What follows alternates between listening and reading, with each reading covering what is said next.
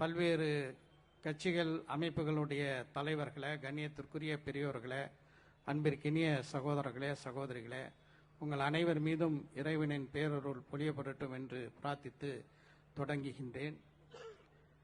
நாம் உரையாற்றுவதை விட இந்த வக்ஃப் வாரிய திருத்த சட்டத்தை எதிர்த்து நமக்காக நாடாளுமன்றத்தில் வலுவான எதிர்ப்பு குரலை எழுப்பியிருக்கின்ற கட்சிகளுடைய தலைவர்கள் இங்கு உரையாற்றுவதுதான் முறையானது என்ற அடிப்படையில் மிக சுருக்கமாக என்னுடைய உரையை அமைத்துக் கொள்ள விரும்புகின்றேன்.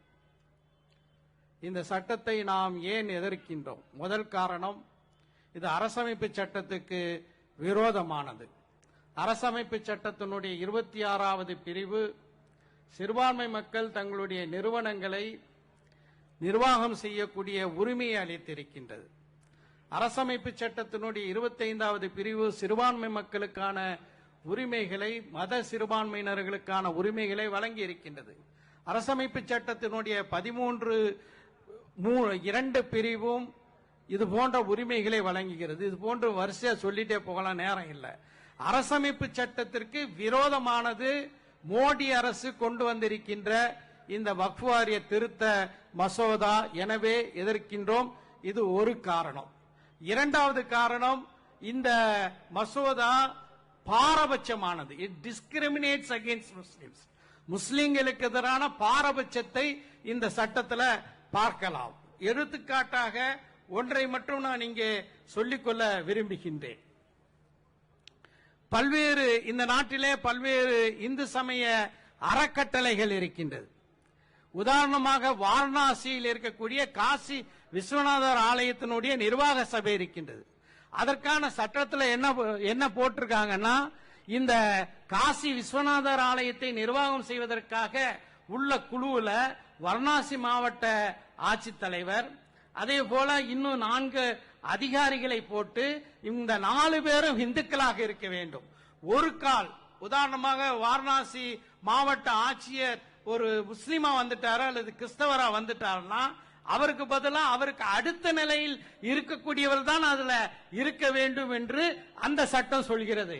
ஆனா இங்க என்ன பண்றாங்கன்னா, வக்ஃபை நிர்வாகம் செய்யக்கூடிய 2 அடுக்கு அமைப்புகள் இருக்கின்றது. சென்ட்ரல் வக்ஃப் கவுன்சில், அதுல இப்போது மோடி அரசு கொண்டு வந்திருக்கின்ற திருத்தத்தில் 56 விழுக்காடு முஸ்லிம் அல்லாதார்கள் இடம்பெறுவதற்கு வழிவகை செய்யப்பட்டிருக்கின்றது. இதுவரைக்கும் ஒரே ஒருவர், அவர் வக்ஃபை நிர்வகிக்கக்கூடிய ஒன்றிய அமைச்சர், அவர் மட்டும்தான் இருக்க முடியும். ஒரு கால் அவர் முஸ்லீமாக இருந்தா அப்படி கூட இருக்க முடியாது. எனவே இது ஒரு டிஸ்கிரிமினேட்டரி ஆக்ட். எனவே நாம் இதை எதிர்க்கின்றோம். அடுத்து, இந்த வக்ஃப் சட்டம் முன்னுக்கு பின் முரணானதாக இருக்கின்றது. எப்படி இருக்கின்றது என்பதற்கு ஒரே ஒரு உதாரணத்தை சொல்கின்றேன். இந்த சட்டம் சொல்கிறது, வக்ஃப் செய்ய வேண்டும் என்றால் 5 வருடம் பிராக்டிசிங், இஸ்லாத்தை கடைபிடிக்கக்கூடிய முஸ்லீம் தான் வக்ஃப் செய்ய முடியும் அப்படின்னு சொல்றாங்க. அப்ப மோடி அண்ணாச்சி பள்ளிவாசல்ல 5 வேளை தொழுறாங்களா, நோன்பு வைக்கிறாங்களா அப்படின்லாம் கண்காணிக்க போறாரு. பிராக்டிசிங் முஸ்லீம், அதுக்கு ஏதாவது வரையறை கொடுத்திருக்காங்களா? இல்லை. சரி, இப்படி சொல்லிட்டாங்கல்ல. அடுத்தாப்புல என்ன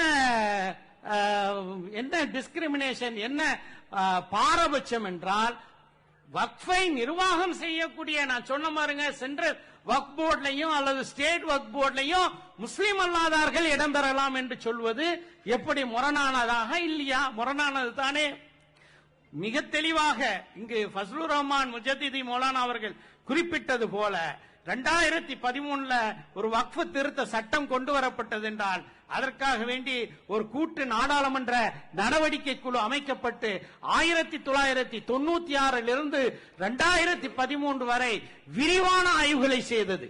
இடையில மன்மோகன் சிங் அமைத்த சச்சார் குழு இது குறித்து விரிவான ஆய்வுகளை செய்தது. அந்த அடிப்படையிலே தான் இந்த வக்ஃப் திருத்த சட்டம் 2013 கொண்டு வரப்பட்டது. இந்த வக்ஃப் திருத்த சட்டம் முழுமையானது. ஆனால் வக்ஃப் சொத்துக்களை கபலீகரம் செய்யக்கூடிய அளவுக்கு இந்த திருத்தங்கள் அமைந்திருக்கின்றது என்பதற்கு ஒரே ஒரு எடுத்துக்காட்டு, இந்த முன்பு இருக்கக்கூடிய இந்த 2013 சட்டத்தில் ஒருவர் வக்ஃப் நிலத்தை ஆக்கிரமித்தால் அவருக்கு 2 ஆண்டு கடுங்காவல் தண்டனையும் அபராதமும் கொடுக்கக்கூடிய பிரிவை இந்த பாசிச மோடி ஆட்சி என்ன செய்திருக்கின்றது என்றால் ரிக்ரஸ் இம்ப்ரெஸ்மென்ட் கடுங்காவல் தண்டனையை எடுத்து விட்டது, 2 ஆண்டு தண்டனை என்பதை எடுத்து விட்டது. எனவே மோடி அரசனுடைய நோக்கம் வக்ஃப் சொத்துக்களை கபலீகரம் செய்ய வேண்டும், திருட வேண்டும் என்பதுதான் அதனுடைய நோக்கம். எனவேதான் முன்னுரையாக சென்னையில இது ஒரு முன்னோட்டமாக இந்த போராட்டத்தை நடத்துகின்றோம். மிச்சம் மீது இது சட்டமாக நிறைவேற்றப்பட்டால் எங்கள் விவசாய தோழர்கள் எப்படி தலைநகர் டெல்லியை முற்றுகை செய்து பாசிச பாஜக ஆட்சியினுடைய 3 வேளாண் சட்டங்களை குப்பை தொட்டியிலே வீசினார்களோ அப்படி எங்களுடைய மதசார்பற்ற தோழர்களை எல்லாம் ஒன்று சேர்த்து இந்த வக்ஃப் சட்டத்தை குப்பை தொட்டியில் வீசும் வரை எங்கள்